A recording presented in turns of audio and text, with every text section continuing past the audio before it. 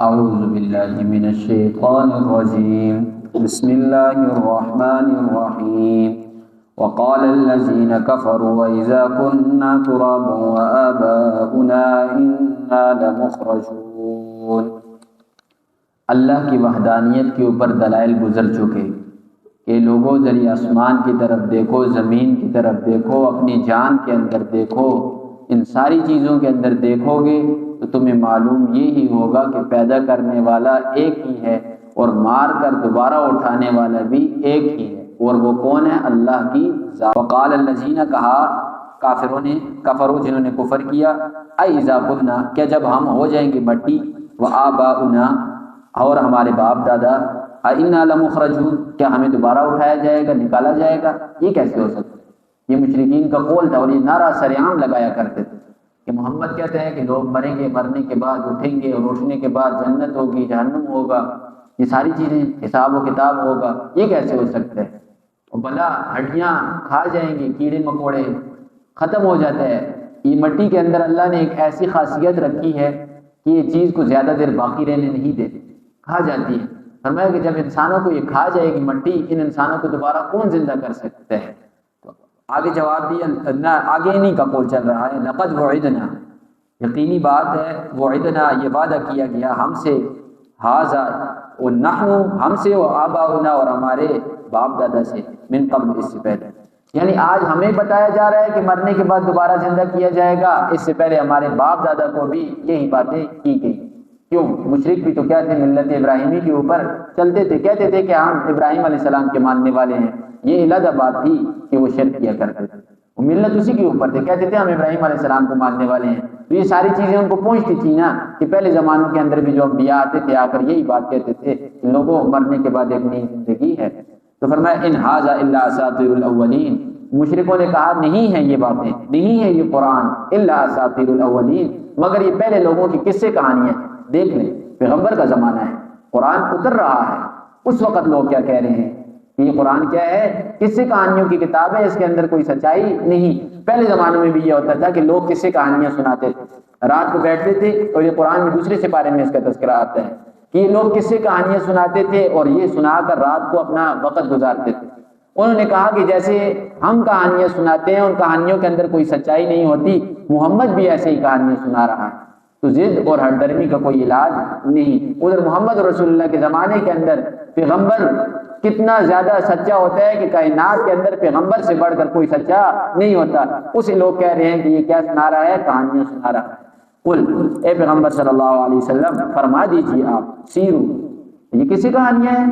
ذرا چلو فی الارض، زمین کے اندر، فانظروا، اور دیکھو، کیف کان عاقبۃ المجرمین، کہ کیا انجام ہوا مجرم لوگوں کو۔ تم جیسے جو مجرم پہلے آئے تھے نا، ان کے ساتھ ہم نے ان کی کیا گت بنائی، ان کی کیا حالت کی۔ آج بھی تو ان کے محلات سے اور ان کے گھروں سے تم گزر کر چلتے ہو نا۔ یہ جب سفر کیا کرتے تھے مدینہ سے، تو آگے راستوں کے اندر ان کو یہ ساری چیزیں دکھائی دیتی تھی، پہلے قوموں راستوں کے اندر آتی تھی نا، تو کہا جاؤ دیکھو نا ہم نے ان کی کیا گت بنائی، کیا حالت ہم نے ان کی کی۔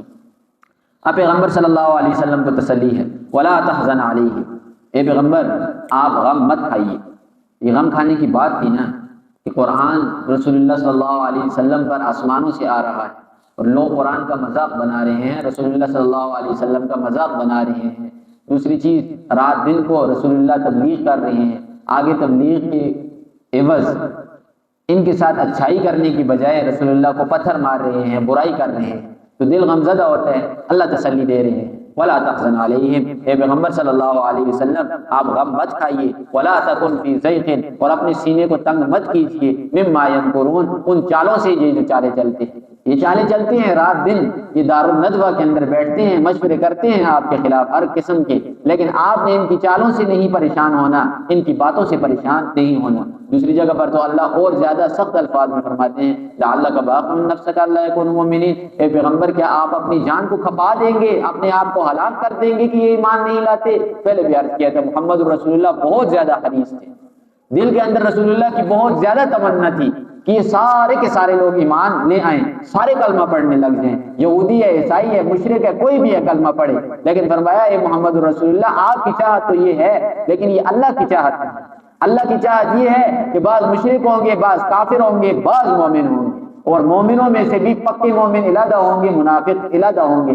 اللہ کا ایک قانون ہے، اللہ نے نظام کو اسی طرح چلانا ہے۔ فرمایا اللہ کی منشا تبدیل نہیں ہو سکتی، تو آپ نے اپنے آپ کو غم میں نہیں ڈالنا، اپنے آپ کو پریشان نہیں کرنا، سینے کو تنگ نہیں کرنا۔ وَيَقُولُونَ، اور مشرکوں کی پھر وہی بات، وَيَقُولُونَ، اور کہا مشرکوں نے، کافروں نے، مَتَىٰ هَٰذَا الْوَعْدُ، اور یہ وعدہ کب آئے گا؟ محمد رسول اللہ کہتے، اور جتنے بھی پیغمبر آئے ہیں سب یہ کہتے تھے، لوگوں اللہ کی بات مانو، میری بات مانو، مجھ پر ایمان لاؤ، ورنہ دنیا کے اندر بھی عذاب ملے گا، آخرت کے اندر بھی عذاب ملے گا۔ اب کتنے زیادہ گھمنڈی لوگ تھے، کہنے لگے مَتَىٰ هَٰذَا الْوَعْدُ، اور یہ عذاب کدھر ہے؟ لے کر آؤ نظر اس عذاب کو، ان کنتم صادقین، اگر تم سچے ہو۔ ہر زمانے میں یہ چیز رہی ہے، لوگوں نے دین کو، دین والوں کو چیلنج ہر زمانے کے اندر کیا ہے کہ تم کہتے ہو آخرت ہے، ایمان ہے، اسلام ہے، قرآن ہے، یہ کوئی بھی چیزیں نہیں، یہ زندگی صرف اور صرف یہ ہے کہ کھا پی کر گزارو، بس جو کچھ جب تک آنکھیں کھلی ہیں یہی زندگی ہے۔ ہر زمانے میں اس قسم کے لوگ گزرے ہیں، یہ یاد رکھ لیں، اس زمانے کے اندر بھی ہے۔ تو ان لوگوں کو دیکھ کر پریشان نہیں ہونا، ان لوگوں کا دنیا کے اندر رکھنا بھی یہ اللہ کی طرف سے ایک کیا ہے؟ آزمائش ہے۔ انہوں نے خوب کھلے طور پر چیلنج دیا، محمد عذاب کی بات کرتے ہو، لے کر آؤ عذاب، ہم عذاب کے انتظار میں ہیں۔ اب جواب دیکھیے، قل اے پیغمبر صلی اللہ علیہ وسلم فرما دیجیے آپ، عسیٰ ان یکون ردف لکم، قریب ہے کہ یہ عذاب ہو، ردف لکم، تمہاری پیٹھ پیچھے۔ ردیف کہا جاتا ہے انسان کے ساتھ جو جڑ کر پیچھے سواری کے اندر بیٹھے۔ مثال کے طور پر موٹر سائیکل کے اندر دو سوار بیٹھتے ہیں تو پیچھے والے کو کیا کہا جائے گا؟ ردیف کہا جائے گا۔ فرمایا ردیف لکم، یہ تمہارا کیا ہو؟ بالکل پیٹھ کے پیچھے جڑا ہوا ہے۔ بعض الذی تستعجلون، بعض وہ چیزیں جس کے بارے میں تم جلدی کرتے۔ انسان کو کیا پتہ کہ عذاب ہمارے سروں کے اوپر پھر رہا ہے؟ یہ اشارہ دوسری طرف بدر کی جانب ہے کہ تم عذاب کی جلدی کر رہے ہو نا، تو امید ہے کہ عذاب تمہارے سروں کے اوپر منڈلا رہا ہے۔ وہی 2-3 سال بعد کیا ہوا؟ غزوہ بدر ہوا، 70 ان کے پکڑے گئے اور 70 ان کے مارے گئے۔ اور پہلے بھی عرض کیا تھا، یہ جو 70 مارے گئے اور پکڑے گئے یہ معمولی لوگ نہیں، ان میں سے ہر ایک اپنے قبیلے کا ستون تھا، ہر ایک سردار تھا۔ ابو جہل معمولی آدمی تھا، عتبہ، شیبہ، ان کے نام سن کر اگلے لوگوں کے دلوں کے اندر خوف بیٹھتا تھا۔ تو کہا کہ ہم نے تو پھر تمہیں عذاب سکھلایا نا۔ عبداللہ ابن مسعود کی وہی روایت بخاری والی، وہ فرماتے ہیں مجھے وہ دن بھی یاد ہے کہ انہوں نے پیارے محمد رسول اللہ صلی اللہ علیہ وسلم مکہ کے اندر کعبہ کے سامنے نماز پڑھ رہے، ان کے پیٹھ کے اوپر گندگی، اونٹنی ذبح کی ہوئی تھی، اونٹنی کی گندگی لا کر رکھ دی۔ پیارے پیغمبر نماز سے نہ اٹھ سکے، سجدے سے نہ اٹھے۔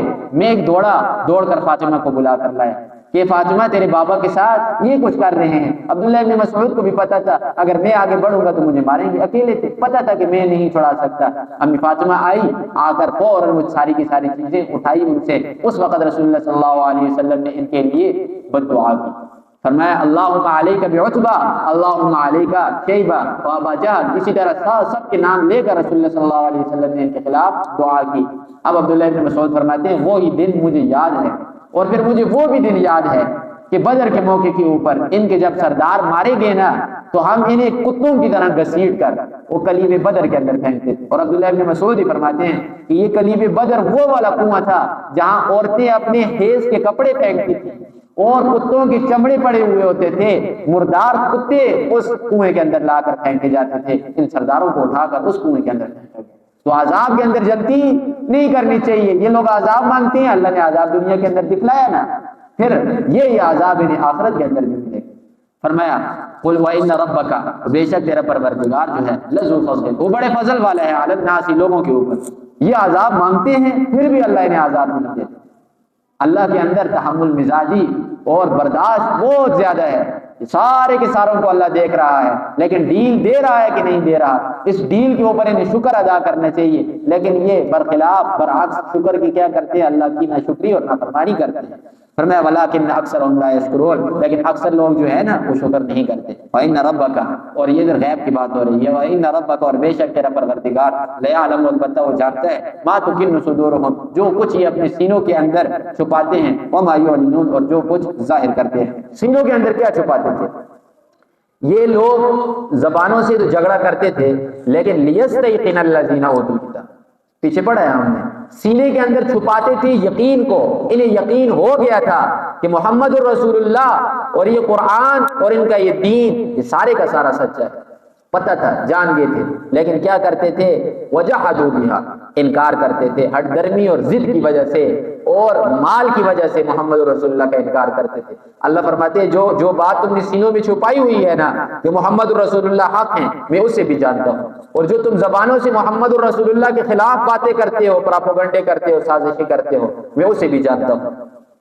وما من غائبۃ، اور نہیں ہے کوئی چیز پوشیدہ، فی السماء آسمانوں میں، والارض اور زمین میں، الا فی کتاب مبین، مگر وہ کتاب مبین کے اندر درج ہوئی، لوح محفوظ کے اندر لکھی ہوئی ہے، ہر چیز وہ لوح محفوظ میں لکھی ہوئی ہے، کون پیدا ہوگا، کون مرے گا، کب مرے گا، کہاں پیدا ہوگا، کتنا عرصے بعد پیدا ہوگا، ہر چیز لکھی ہوئی ہے، کیا کھائے گا، کیا پیے گا، کون سی جگہ پر موت آئے گی، کہاں سے اٹھایا جائے گا، ہر چیز کے بارے میں پیدا ہونے سے پہلے لکھ دیا گیا ہے۔ فرمایا یہ وہ پروردگار ہے جس سے کوئی چیز پوشیدہ